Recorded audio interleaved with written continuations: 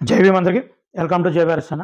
జగన్ అన్న ఏ నిర్ణయం తీసుకున్నా దాని వెనకాల తన కట్టుదిట్టమైనటువంటి వ్యూహాలు ఉంటాయి, పగడ్బందీ వ్యూహాలు ఉంటాయి.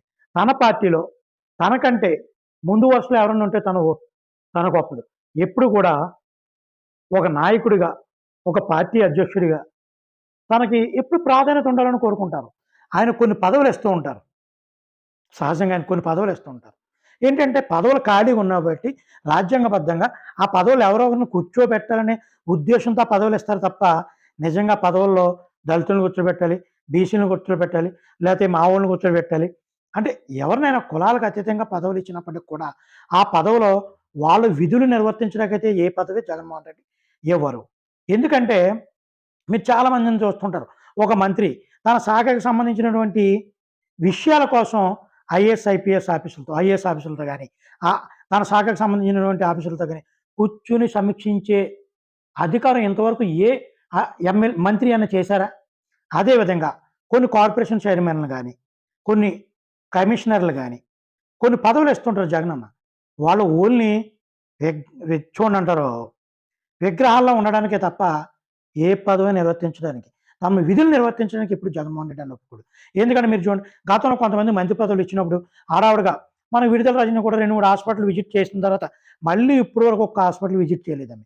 చాలామంది మంత్రులు, ఒక పౌర సరఫరాల శాఖ మంత్రి ఉన్నారు. ఈ రేషన్ సంబంధించి కానీ ఎక్కడైనా ఏమన్నా జరిగితే ఎప్పుడైనా దాని శాఖకు సంబంధించిన మాటలు కూడా మాట్లాడడానికి వాళ్ళకి హక్కులు లేవు. ఇంకోటి క్రీడలకు ఏపీ శాఖకు సంబంధించిన క్రీడలకు సంబంధించి బైరెడ్డి సిద్ధార్థ రెడ్డిని చైర్మన్ కింద చేయడం జరిగింది. ఆయన పెట్టిన వెంటనే మన ఈస్ట్ గోదావరి, ఇలాగ వెస్ట్ గోదావరి, అలాగే మన విశాఖ ఇవన్నీ కూడా తిరిగి పర్యటన చేశారు. పర్యటనలో ఆయనకి భారీ కాన్వాయ్తో తూర్పుగోదావరి జిల్లాకు సంబంధించినటువంటి జక్కంపూడి రాజు భారీ కాన్వాయ్తో పూలమాలలో చాలా హడావుడి చేయడం జరిగింది. నెక్స్ట్ సారి ఆయన ఎక్కడికి వెళ్ళలేదు. ఎందుకంటే ఏం పార్టీలో ఒక మన్ననలు, ఒక విధమైనటువంటి అంటే దాన్ని ఏమంటారంటే క్రెడిట్ కానీ గొప్ప కానీ ఏం జరగాలన్నా అది జగనన్నకే జరగాల. తర్వాత మరొకరికి జరగకూడదు. అలా ఎవరికైనా జరిగితే ఇమీడియట్గానే సైడ్ వేస్తాడు జగనన్న, స్లో చేసేస్తాడు అనమాట. మీరు చాలామందిని గమనించండి. అసెంబ్లీలో మాట్లాడేటప్పుడు కానీ, లేకపోతే తనకంటే గొప్పగా మాట్లాడుతున్నారు అనుకుంటే వెంటనే స్లో చేస్తాడు. అందుకే జగన్మోహన్ రెడ్డి ప్రతిపక్షంలో ఉన్నప్పుడు తాను పాదయాత్ర చేసే సమయంలో వైసీపీ ఎమ్మెల్యేలు ఎవరిని అసెంబ్లీకి వెళ్ళలేదు.